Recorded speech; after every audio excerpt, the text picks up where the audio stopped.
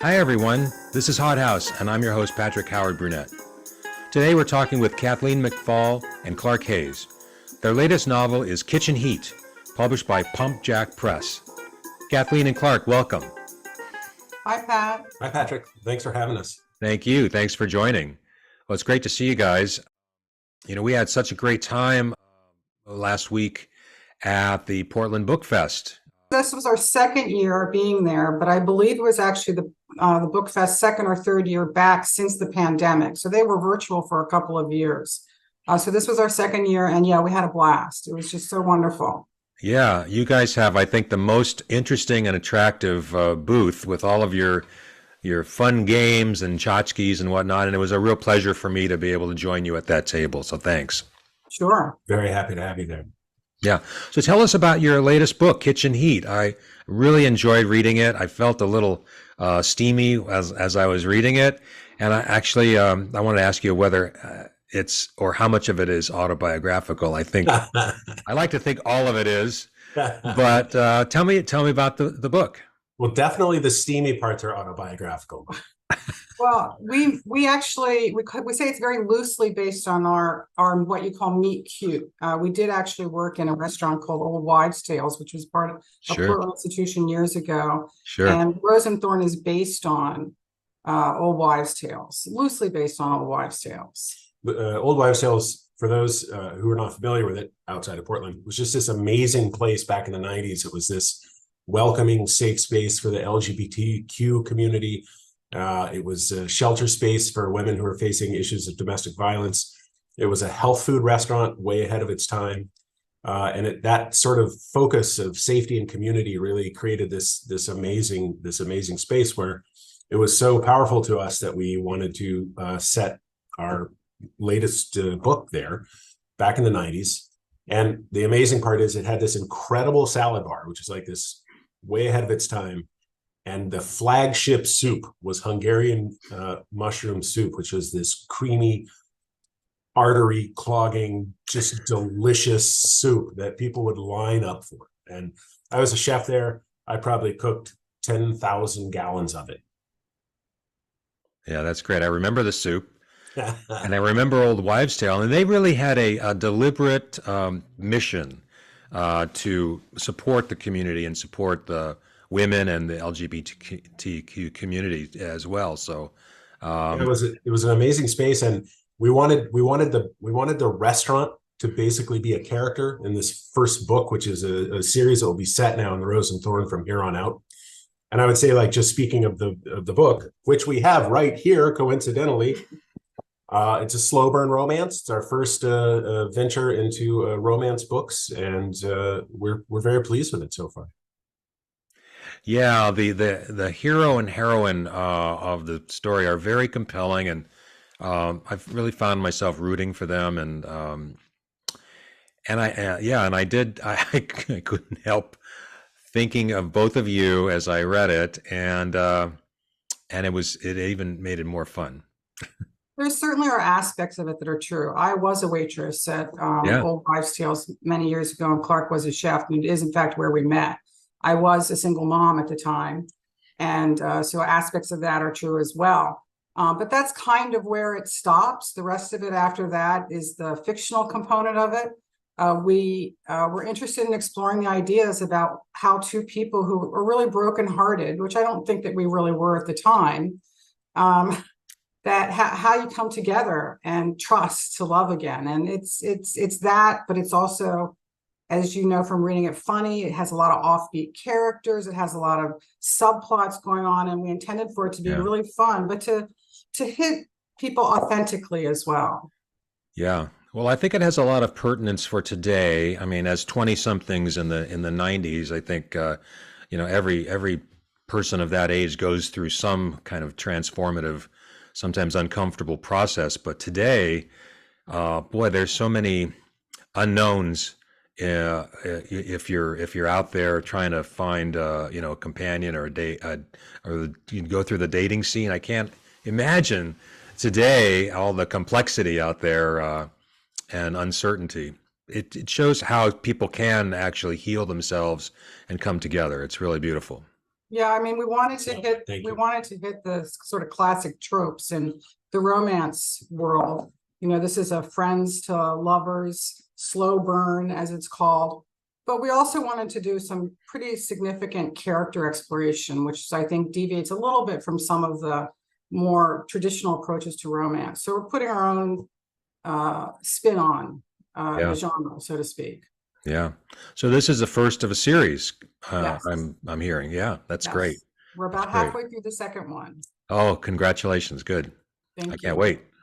And this is only the latest of many books you've written. And tell us a little bit about your previous series. I know you've got it. You got the Mars Trilogy and the Bonnie and Clyde series and the Cowboy and Vampire series. So tell us a little bit more about that. It all started with the Cowboy and Vampire. Which I happen to have right here. Wow, that's great. The Cowboy, Clark and I met at Old Wives' Tales. We had not the romance in Kitchen Heat, but we did have a romance, and it was pretty fiery, and we broke up and were apart for a couple of years. Both of us were beginning writers at that time. Clark was a poet. I was still trying to write my first novel unsuccessfully.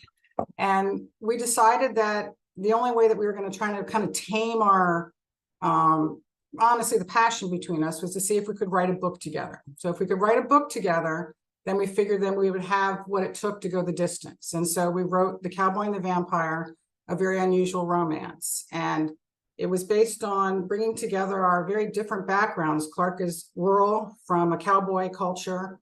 I was born and raised in Washington, D.C. So Vampire culture. So we have very different backgrounds to begin with, and we created this whole world. We built this world in which a cowboy and a vampire fall in love as sort of a proxy for what we might be able to do together. Obviously not really. I'm not really a vampire, of course, but moving. Oh, so we each wrote a chapter and we mailed them back and forth to each other. oh, that's great. This book came out so long ago. We were literally actually writing things by hand and mailing them in the U.S. post office. Like there was no email at that time. There was, but we were behind the times. So we were literally writing by hand, mailing chapters, editing by hand.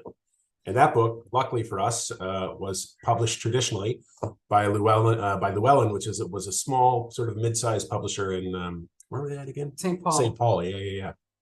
That took kind of a risk on us. They published mostly books in the sort of tarot, witchcraft, Wiccan philosophy kind of area. And they took a chance on Cowboys and Vampires because I thought it was a fun mashup, and it has proven to be a fun and mashup that continues to draw readers, as we saw at the recent book fest. Yeah. Subsequently, I wrote 3 other books in that series, and it's really kind of a worlds colliding book, which has a lot of metaphysical elements to it. Explores the whole concept of a cowboy, what it means in American culture in a more realistic way, and the mythos of a vampire, and puts a modern spin on it. And there are 3 more books in that series, and it continues to be our strongest seller. Even now, it's the first book in the series is in its 4th printing. And then you went on to the Bonnie and Clyde series. Yeah, and I think the thing that is so great about writing together and for so long is you can sort of see this narrative arc that links all of our books, even though they're very different genres and approaches. There's lots of humor in there, but romance and love, the transformative power of love, is sort of at the heart of all of our books. The Bonnie and Clyde series, we gave the infamous outlaws a chance to be rehabilitated. We imagined that instead of being gunned down, they were forced to become government agents to help save democracy and the working class from the powers of greed. But at the heart of that book, just like at the heart of all of our books, is just the power of love to transform the world around you into something better. That's beautiful. Same is true with your Mars trilogy, I believe, now that you mention it. Yeah, so that's one in which we took kind of the current world and we imagined. I forgot. Here comes Clark. And here it is, by the way. Imagine what would happen if the vectors in place now succeed and Mars becomes colonized basically by the very wealthy of the Earth, and they move off Earth onto Mars. And so it's what would happen 60, 70 years from now if Mars is a gated community. It's basically that within that context, it's a hard-boiled detective series. Our main character, Crucial Larson, realizes that his sister has gone missing on Mars. She won the work lottery, which means she got to go to Mars to work in a service capacity for the uber wealthy, and she's gone missing. And so he has to go to Mars against his will because he does not like Mars, but he's a detective. He goes to Mars to find his sister. So there's love in this book. There's unrequited love of our main character, but there's also family love, which is what we explore in this particular book. The power of loyalty to your family, what that means, and how that can shape an entire trajectory of someone's life. Yeah. And he's kind of an earthbound person, even though Earth is, to say the least, dystopian in your series. Yes, he has grown. He has grown very comfortable in sort of just being in that apathetic dystopia, even though you can't go outside in a day anymore, and poverty is extreme, and the only animals really left on Earth are raccoons and rats and coyotes and mean little woodpeckers that feed on the mushroom cement walls of all the buildings that people are living in. But he's a pretty memorable character. And it gets better. What, the Earth? Yes, things get better. Yeah. Spoiler alert. Yeah, they get better. Despite his apathy. So I'm fascinated by your choice to write as a team.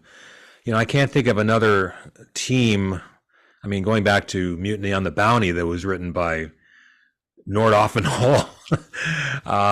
So is your process still about the same? You just, or does one person write a chapter, the other writes another chapter, or do you each have a say in all of the material? How does that all work now?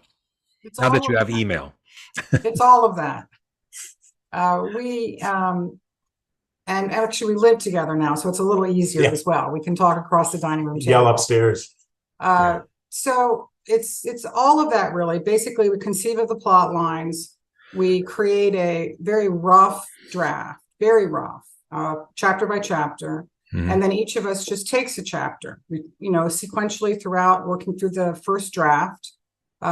Each of us reads each other's chapter. We always know where the chapter is going to land. That's the key part of the outline, where the chapter ends, so that the person writing the next one knows where to begin things. Mm-hmm. And then we read each other. Then one of us takes the first pass at the full manuscript. The other person takes another pass. I mean, that can go back and forth 3, 4, 5, maybe even more times, until at the end of it, there's one seamless voice. Mm-hmm. And we've edited each other so much that it becomes really almost like it's the dialect of the two people becoming a third writer. Wow. It's like how metal gets heated up and smashed together and hammered, and it turns into an alloy. That's basically our writing approach. And I would say that we've been writing together for 25 years now. Yeah, something like that. Yeah. So in the earliest days, I would say that we probably were more fluid and open to letting the writing take us where we wanted it to go, or where it wanted to go, I should say, which has its own challenges. Yeah. We also both began working in communications at the same time. So you start to develop an appreciation for guiding that work, which is why I think with each book that we've written together, we've gotten better about plotting it out. There's still room for, things to shift and change as you write, but we plot it out, and we're very disciplined about sitting down and saying, okay, we're just going to write a chapter here. And when you get, like in my day job and Kathleen's day job, when you get paid for strategic writing, you don't worry about the muse coming or anything like that. You get the words on paper, you get where you want to go, and then you go back and edit it. Mm-hmm. And that's where we found our power together, like between the two of us. Yeah. Yeah, I think with a lot of creative endeavors, there is a sort of a balance between reckless abandon and letting, as you say, the muse take you where it tells you it wants to go, and having some structure and discipline. And it's a delicate balance, because you can't have all of one or all of the other. You really have to. How do you work? I mean, do you outline? I've started, I wouldn't say outline, because that kind of reminds me of back in high school when we had to outline our essays, but I have a definite plot arc. My first book, I didn't really have an arc. I kind of knew where it wanted to go, but it kind of wrote itself in many ways. Mostly character driven, but now I'm very interested in plotting out an arc where I know that there's a clear beginning, a middle, and an end. And I think that helps the writing. I think it really does. It tames it a little bit. It helps you take away things that don't really contribute to that arc.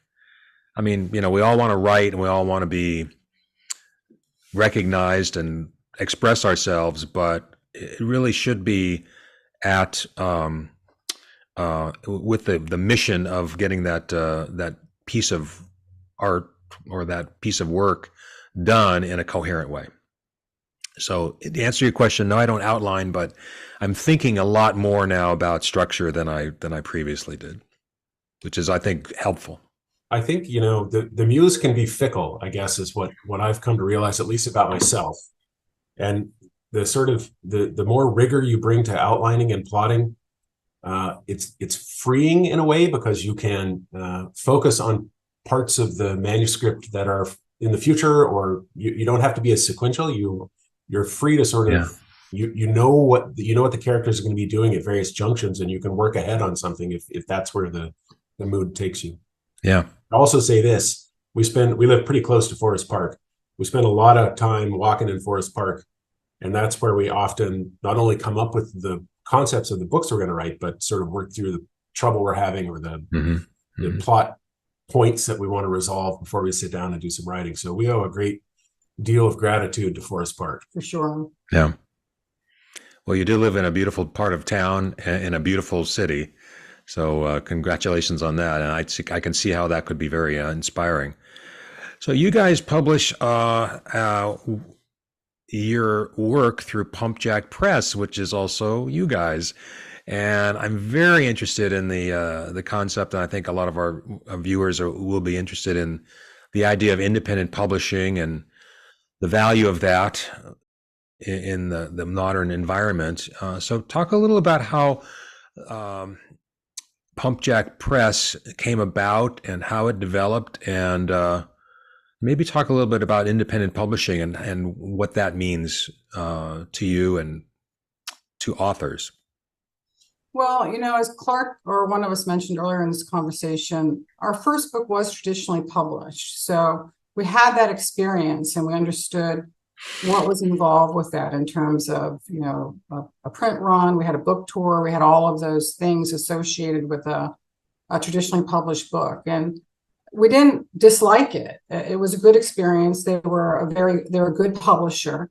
But as we began to think more about our long-term writing career and our options and our desires, our creative goals, and we decided that we wanted to take a different path, that we wanted to have more control over what we wrote, how it was edited. We wanted to have more control over the cover designs. We wanted to do all of those things ourselves. And for us, we were fortunate that we had those revelations at a time when the technology and the things, print on demand and other things that supported those goals were beginning to emerge in a very robust, really important way that allowed us to do that. So we just took a leap of faith and we jumped in to what is independent publishing. And since then we've published, well, we were able to get the rights back for the first book from the publisher. And so since then we've published about 10 books. Is that right? Yeah. 10 books. Just this is our 11th. Yeah. Through Pumpjack Press. You know, and as you know, it's really taken off since then. And I think in many ways, independent publishing has become a important part of the publishing landscape, period. It allows for new voices to come forward. It allows for the gatekeeper becomes the audience, the readers themselves in terms of what rises to the top and what doesn't. And we've learned a lot along the way. I mean, just so much along the way in these last 10 or 15 years. And in terms of what we hope to do in the future, we hope to continue publishing our own work, which we will do. And we're eager to share our advice and experience with other authors who would like to take this journey traditional publishing, there's nothing that we're going to diss about it in terms of that avenue for many people, which I know people feel it's sort of like the lottery at this point when you get a publishing contract. But it's a for-profit enterprise. It is a hard-driven, capitalistic, for-profit enterprise. I mean, look at who just bought Simon and Schuster. I think it was. It's a major hedge fund. So it's a different way of you gain entry to that ecosystem in a way that's very different and harder, frankly, than doing it independently. And so we're happy with our trajectory. It's taking off, and as I said, we're eager now at this stage to share that experience with others. You guys were very generous with your knowledge and expertise with me as I published my first book and created Green Mill Press. And you're absolutely right. There's an amazingly steep learning curve, but I think we are benefited by the technology. We worked with a book designer that was that are located outside of Portland, and it was very easy to communicate back and forth.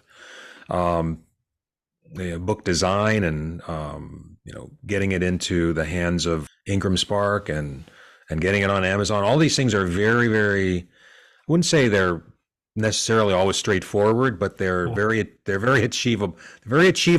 And that I don't think was the case 20 or certainly not 30 years ago.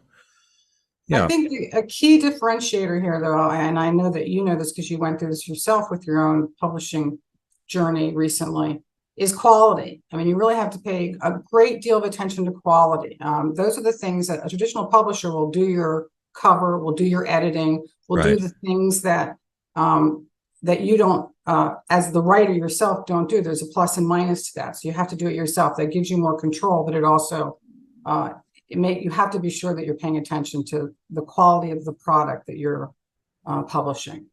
Oh, absolutely. I mean, and I think a number of eyes on the product is helpful.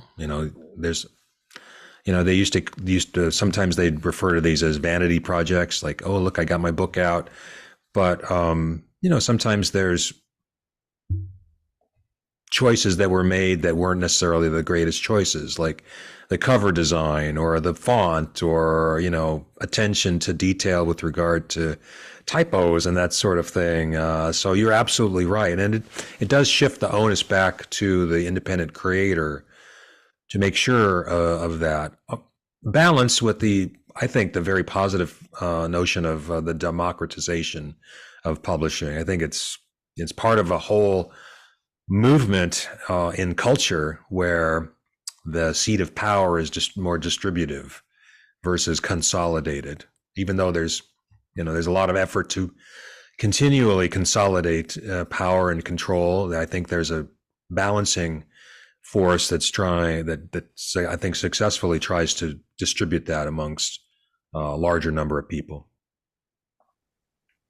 For sure. I would say that there's a flip side, though, and you touched on some of it. A publishing house has everything contained inside, right? The design, the editing, the layout, marketing. So that becomes the writer's responsibility in this independent landscape. And with the tools of publishing, straightforward, not easy, as you said, but accessible, millions of people are publishing books right now. And so I think we were just talking this morning, there's maybe somewhere between 1 million and 4 million books coming out every year. And so the dark side of the moon when it comes to independent publishing is you still have to find a way to reach readers. And if readers are in a sea of 4 million other competing voices, it's very hard to get your book to rise to the top, or even just rise near the top so that more people see it. So that's the challenge ahead of independent creators, as you said. It's a good challenge. It's joyful torture. But I would also counter that I think that challenge exists for all books, not just independently published. I mean, there are many traditionally published books that rarely see more than 1,000 copies sold. So it's a challenge across the board right now. Certainly greater in the indie world, for sure. Yeah.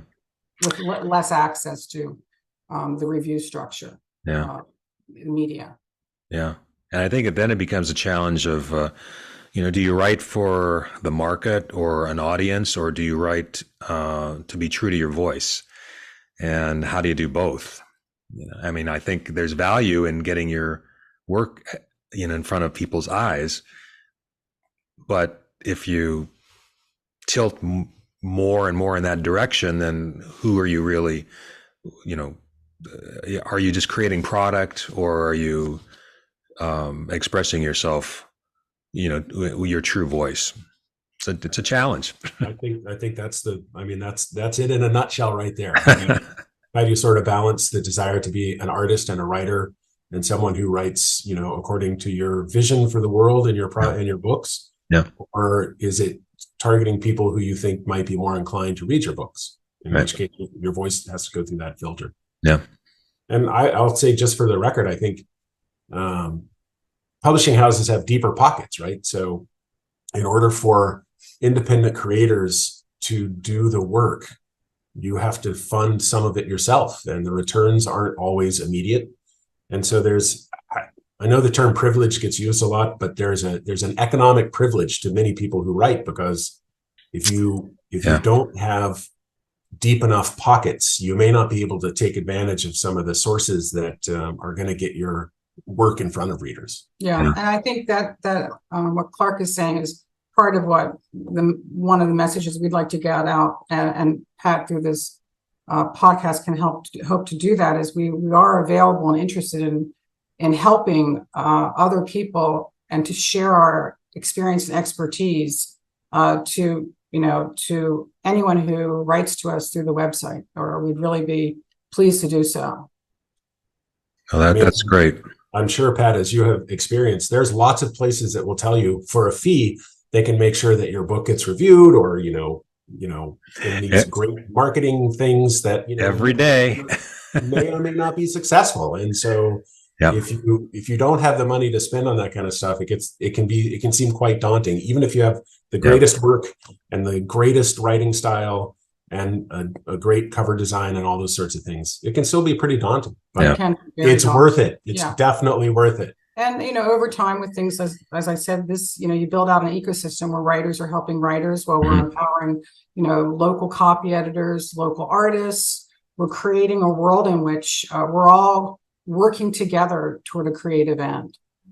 Yeah, I think that's beautifully stated. And it really is a community. And it's becoming more and more supportive within that community. Even some philanthropic groups and libraries and other institutional entities are supporting it, just as you point out, the people whose voices may not be heard and may not have the means to take that creative step. So that's very timely and generous of you guys. So if people want to learn more about Pumpjack Press, how would they do that? They would visit our website at pumpjackpress.com. So the titles are listed there. We have a page about that shows you how to get in touch with us. Our social platforms are there as well. So yes, it's a one-stop shopping at Pumpjack Press, including a store. And we're very chatty, so feel free to write, ask about anything. Well, Kathleen and Clark, it's been amazing talking with you, and I want to congratulate you once again on your latest publication, Kitchen Heat, available at Pumpjack Press and Amazon and other book vendors, where all books are sold. And I'll put a plug in here, because I think when we talk about the community of writers, that we can all really help each other by when you purchase a book, not just ours or Pat's. Leave a review. It really helps people a lot to enhance visibility. It doesn't have to even be a 5-star review. It can be, a 4 or a 3, but preferably not a 1 or 2, so that everybody has the opportunity to hear about new writers. I would fully endorse that, and ask people to always write reviews if they've read the book. Just a sentence or two. Sentence or two helps move us up in the algorithm, and that's the thing we're all fighting right now. Yeah. Well, thank you again, guys. It's our great pleasure, and I'll be talking to you soon. Patrick, thank you. Keep writing. Look forward to your next book. Thank you. You too. Take care. Bye.